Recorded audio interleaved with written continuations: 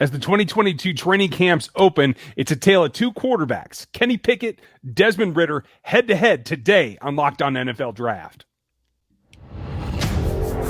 You are Locked On NFL Draft, your daily podcast covering the NFL Draft. Part of the Locked On Podcast Network, your team every day.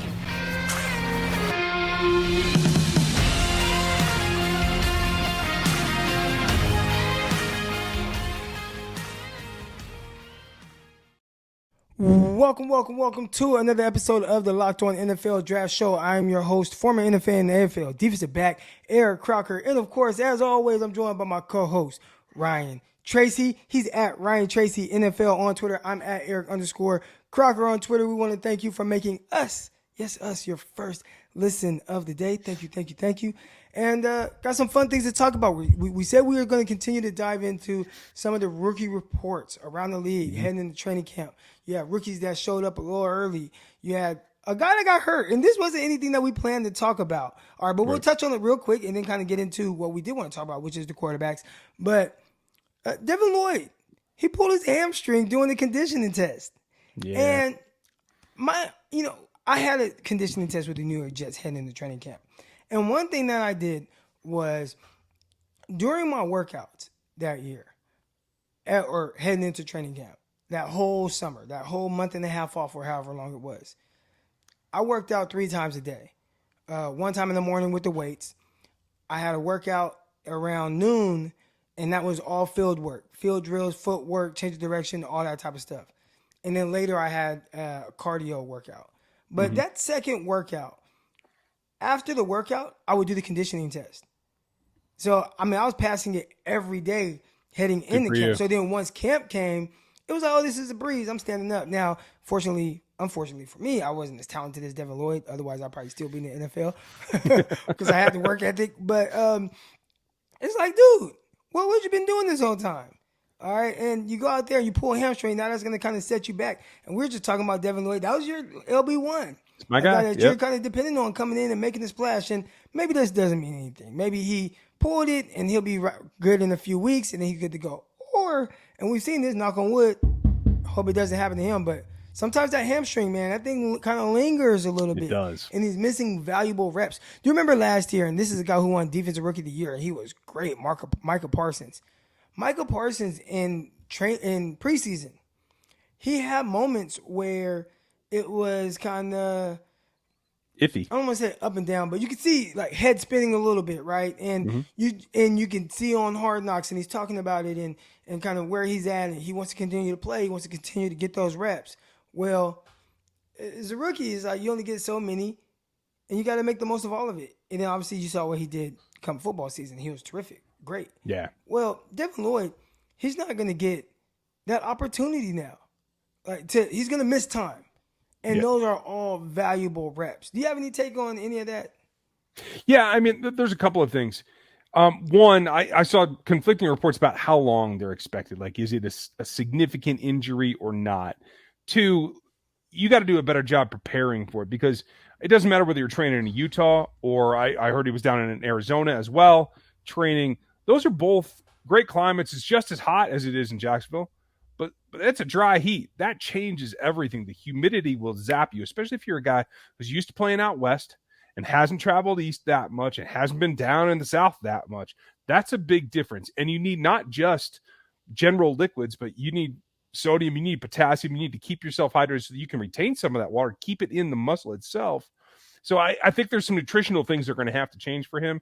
I'm sure the staff will get him right down there. So I just hope that it's not a significant injury right now, and it is just coaxing that into how it needs to perform in that environment. But we'll see what happens in the next couple of days. I'm still optimistic that he's going to not only recover from this, but might have an up and down preseason, kind of like Micah did. It was a really great comparison. I was thinking the same thing. But then when the season snaps and he's got his assignment and alignment and that's his world, I think he's going to be just fine. Well, we'll keep this going on Devin Lloyd for a couple more minutes. This is a guy, according to Bet Online, who has the plus 1,400 to win Defensive Rookie of the Year. Mm-hmm. So do you think something like this, where he kind of gets off to a slow start, potentially, right? Just not getting those valuable reps on the field. Because if he's asked to be the Mike, and I don't know where they have him playing. Is he the Mike? Is he going to be the Will? Is he going to be the Sam? Where exactly is he going to line up? But if he is going to be the Mike, yeah, the mental reps, that's fine. That's all great. But you need those reps on the field. You need those live reps in practice. He'll be able to do walkthroughs and things, but it's still not the same. And if this is something that lingers into preseason, I know you said, conflicting reports on exactly how long it is. How much do you think it'll really affect his actual season? The only thing that I'm really concerned about, because he's used to having to call the defense, because he's able to make line adjustments, I'm not worried about any of that. For me, I think if I read correctly, I think the pads come on in Jacksonville on the 2nd of August. I think he needs to be there for that. If he misses pad days because there's so few of them in this league, I think that does set him back a little bit, because he's got to be able to get that kind of edge, that conflict, take in on guards when he is going to be able to go down in there, because they're going to ask him to do some of it.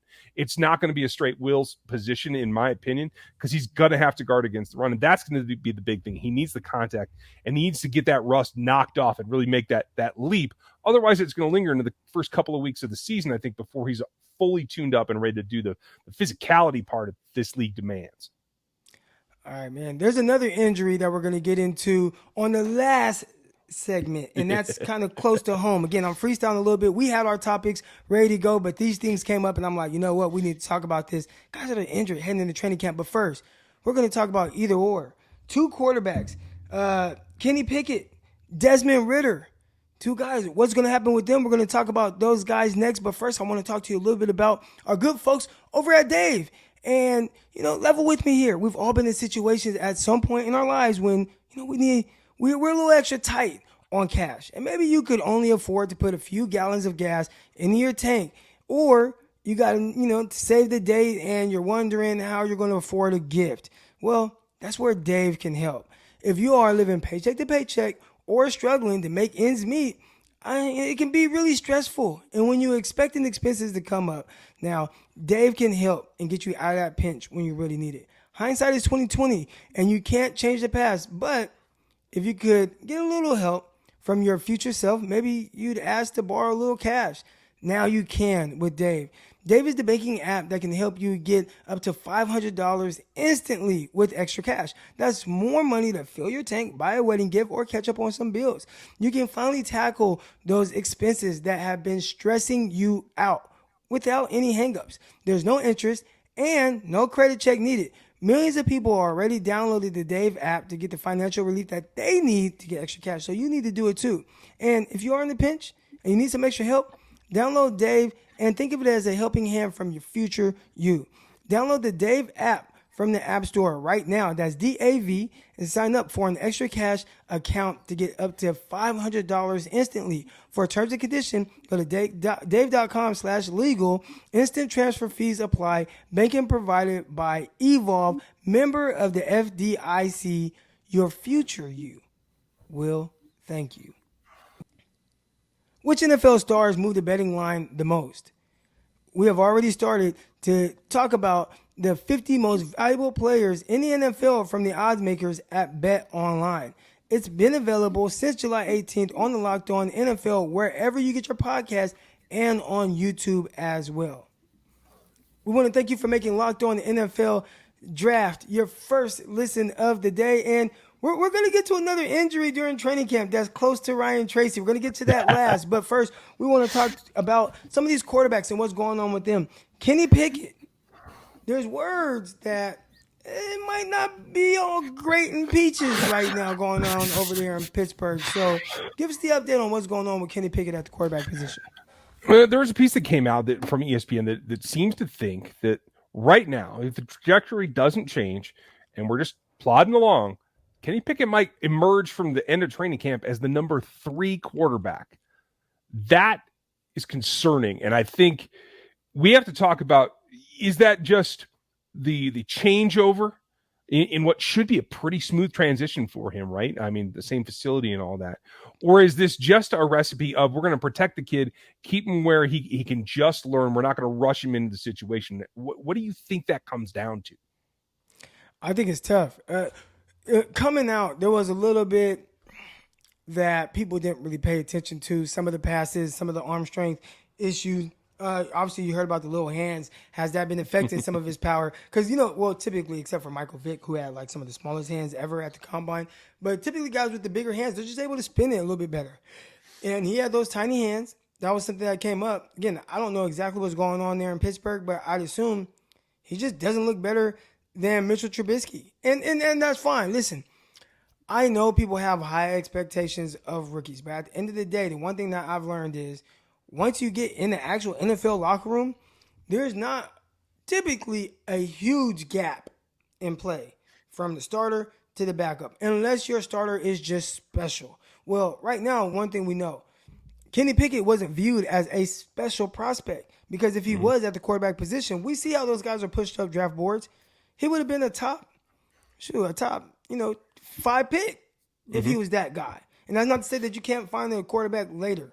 All right, but just in the sense of how he's viewed, he wasn't viewed as this special type of prospect. So if he wasn't, then you look at Mitchell Trubisky, who was viewed as a special prospect, but hasn't turned out that way, but he still has talent. He still has ability. He's able to make plays with his arm. He's able to make plays with his legs. There's just a little lack of inconsistency there. I can see a scenario where you're looking at the quarterbacks and you see Mitchell Trubisky out there and in shorts and a T-shirt. But, man, it looks good. It looked good during the OTAs. He gets it. He's a pro. Maybe it's not flashy or splashy. I mean, heck, We're talking about a team that played with Ben Roethlisberger last year at quarterback, and they still made the playoffs. And it's not the Ben Roethlisberger I grew up watching. It was a different version of Big Ben who could only throw passes typically 10 yards down the field. So you look at what they have at the quarterback position, and if their young quarterback isn't able to really unseat them right now, I wouldn't be too worried. But to hear that potentially he might finish training camp as the third-string quarterback, I mean, that's Kyle Trask territory. And Kyle Trask had Tom Brady ahead of him. Yeah, it's difficult. And I think we all projected Kenny to be at the top of that class. The fact that he fell that far, I think tells you something about the transition evaluation and how difficult it is for him to take the skills that he had and put them to use on the NFL field. In the end, we may find that maybe it was all, including by NFL teams, overrated. Maybe everybody in this class should have been in the third round. We won't know until we know, but I think that it's concerning. I expected more out of him off the get-go, and I hope that he's able to pull that together because if he can't beat Mitch Trubisky as a rookie, then I do think something's wrong because Mitch Trubisky can make it look all as good as he wants. It still isn't something that's proven to win games. So in the end, I think for the sake of the Steelers, they got to get it together and they got to get Kenny Pickett on the right track. The other quarterback that they have on the roster that would kind of push Kenny Pickett down to third string is Mason Rudolph. And he's been around there for a while, and he understands the team. He understands the dynamics of it. He's been around Coach Mike Tomlin his entire career. Obviously, Mike Tomlin has been there forever. So Mason Rudolph's been there. I could see a scenario where right now it's like Kenny Pickett. I know we drafted you in the first round, but we have guys that have been there, done that. They understand it from the mental standpoint, and you got to battle to beat out Mason Rudolph. And obviously, he's not great. There's a running joke about the Pittsburgh Steelers making the playoffs with Mason Rudolph and Duck Hodges, right? But I can see a scenario where they didn't make the playoffs, but they won 8 games. That's what they did. They won 8 games with Rudolph and Duck Hodges. But there's a scenario where Kenny Pickett struggles to look as good as Mason Rudolph. And that's now, let's say that's the case, right? Like you're coming out, OTAs, started training camp, and maybe Mason Rudolph, because he's a veteran, because he maybe just gets it a little bit more right now, or he's able to look better than me right now, just throwing the ball, understanding where to go. I can see that. The issue that Kenny Pickett is going to have is he doesn't have anything to offset that. Like he doesn't have this big-time playmaking ability off of using his legs. I know we saw the one play where he did the fake slide, but a guy that is going to really be that off-script type player and consistently make plays. If he can't do that, then there's not even that element to say, well, you know what? Eventually he'll get it. Eventually he'll get it up here. Maybe he's not there now, but let's bank on maybe him making plays with his legs until he really is able to play above the X's and O's. Right now, there's a scenario where Mason Rudolph is better at him than that, and that's tough because you spent the first-round pick on him. But one thing we do know about when you do spend that type of draft capital on a young quarterback, he will get an opportunity. So I wouldn't worry about it too much. The only way that this isn't a huge red flag is if they are taking that, hey, we have two guys that we feel comfortable with that are veterans, and we're just not going to push him. We're going to let him grow into it naturally and take his time with it. And if that's their decision and that's the path they've made, then more power to him. But unless the coaching staff has decided that they're just going to let him take it easy and spend his rookie year learning, if they had expectations that he could walk in and become a starter, then this is a big red flag. And we just won't know until we see the conclusion of the preseason and just how far he can get going. Well, there's one more guy that we're going to talk about, and I said that we were going to talk about some of these injuries that are going on, and one that is near and dear to Ryan Tracy's heart, Justyn Ross. He's been placed on IR. We're going to talk about Justyn Ross, what to expect from him down the line. These health issues going to continue with him? Did he have an opportunity to make this roster? And with him not maybe being there for this season, what is to come from that? All right, Ryan, before we get into Justyn Ross, a receiver for the Kansas City Chiefs, let's talk a little bit about Desmond Ritter and some of the things that are coming out about him in Atlanta. All right, well, they are saying that this guy is light years ahead of his time from the mental perspective, and that's one of the toughest things. That's one of the toughest things to grasp as a quarterback. The game is moving extremely fast. We are talking about, for the most part, being out there in shorts and a T-shirt, maybe a helmet as well, but just the fact that that's what they're saying about him and how he's grasping the offense and he's picking it up. That's a big time part of the battle. And I know the game is going to move a little faster when the pads are going 11 on 11. Everybody's full go. But glowing remarks so far out of Atlanta. Yeah, I think it's really positive. I think they've taken the completely different tact with their rookie quarterback and kind of like keeping expectations low, right? Where they're like, hey, we brought Marcus in. He's going to be in a competition. Like, we feel that he can be the veteran presence. If Desmond gets there ahead of time, great. But now we start to hear those things about being that far ahead mentally. And we know that he has that pretty smooth release. We know he's had some accuracy issues. So it is about the feet for him in Desmond Ritter's transition to this game. But he's got the arm. We know he can break the pocket and gain enough to move the sticks and give himself a reset of the downs. I think that's what it comes down to. And this just goes to say that you got to work on the things that are fundamental. I know you read something really intriguing about the way that he's working on communication to his teammates, and that just takes it a step farther. This makes me feel more like maybe he and Pickett should have had the reversal in terms of their draft selection positions. Maybe. I mean, again, we're talking about Ritter, who ended up going really late. A lot of these quarterbacks went much lower than people were expecting. Even though everyone knew it wasn't a great draft class, but man, like third round, that was a little surprising for some of these guys. Some of the things that players are saying out of Atlanta right now, you have Drake London. He says guys just kind of gravitate towards him. He's a natural leader, and his leadership is hard. It's hard to judge somebody's leadership. People can tell he's a leader, but most of the guys are really great leaders. They lead by their style, their own way. Another thing that they said about him and Ritter's development, like the throwing and accurate post route, those are things that they want to continue to see him develop those aspects of the ball. But so far, again, really positive reviews coming out right now. And some of his physical things you'll see in time will catch up, Smith said. But he's light years ahead of most young quarterbacks from the neck up, and I will give him that compliment. So sounds like he still needs to improve just as a pure thrower. But so far, the mental aspect of it, he's doing an awesome job. To me, though, I don't know how you feel, but to me, that tells me that he's ready to play. Because if he can mentally have it figured out, and then he's got to work on execution and delivery, arm mechanics, etc., that's something that he's played so long, and we know where his kind of hitches are and his problem areas. If that's all kind of known, so if he's already ahead of the mental side, that makes me think that the advantage to getting him NFL reps and letting him work through the physical part that we know that he can eventually refine and accomplish, that makes me feel even better about playing him now. Speaking of playing now, a guy that won't be playing now is Justyn Ross, and we're finally getting to him and the injuries, a guy who is dealing with another injury. So I didn't see exactly what the injury is. I just saw that he was being placed on the IR. What is going on? This is a guy that went into really the draft with health issues, and he has to deal with more adversity now. People, they kind of red flagged him for his medicals.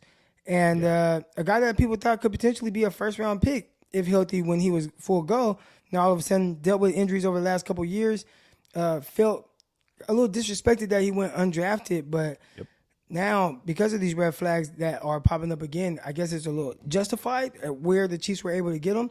Most people thought that was a really big time steal. Where are you at with his injury? What exactly is going on? And did you think that he would make the team in the first place? I had him pegged in a fight with Josh Gordon, Therese Fountain, and possibly Justin Watkins for the last two spots. The Chiefs' top four receivers are set, including rookie Sky Moore, who was taken in the second. So it was down to those last two positions. The Chiefs keep six pretty much every year. So he had an opportunity there, and he was in a battle. I wasn't quite sure. I had him just on the outside when I did my first 53 mock year a few weeks ago. What it comes down to is the very last day of OTAs. He'd had a pretty good OTA period. He came up with the same foot injury. Something was bothering him. They went in and they redid the original procedure to fix his foot. And so he's in a boot. He's riding around on the cart the whole 9 yards.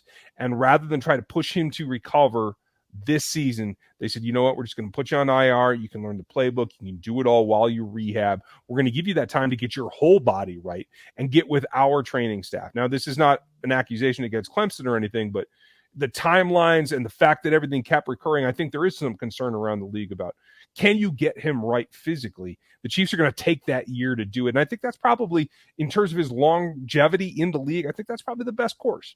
And it probably helps him for this year. Being an undrafted guy, he gets a chance to really see how guys prepare, how he has to prepare from a physical standpoint and a mental standpoint. And maybe if he would have been in a dogfight with guys like Darius and Fountain and Josh Gordon and some of those guys, maybe next year he will, I don't want to say have an easier path. It's always going to be hard, but be a little bit more ready for whatever is to come. Because Kansas City, the expectations are really high. And you got to come in there. You got to do your thing. We'll see if he can do that. But that's going to do it for this episode of Locked On NFL Draft. We want to thank you for making us your first listen of the day. For your second listen of the day, you got Ryan Tracy over at Locked On Chiefs. You got Locked On 49ers with myself and Brian Peacock. You can find all of those, obviously, on YouTube. If you're watching it here, if you're listening to the audio version, you can find the audio version anywhere you listen to your podcast. But until tomorrow, we'll see y'all. Peace.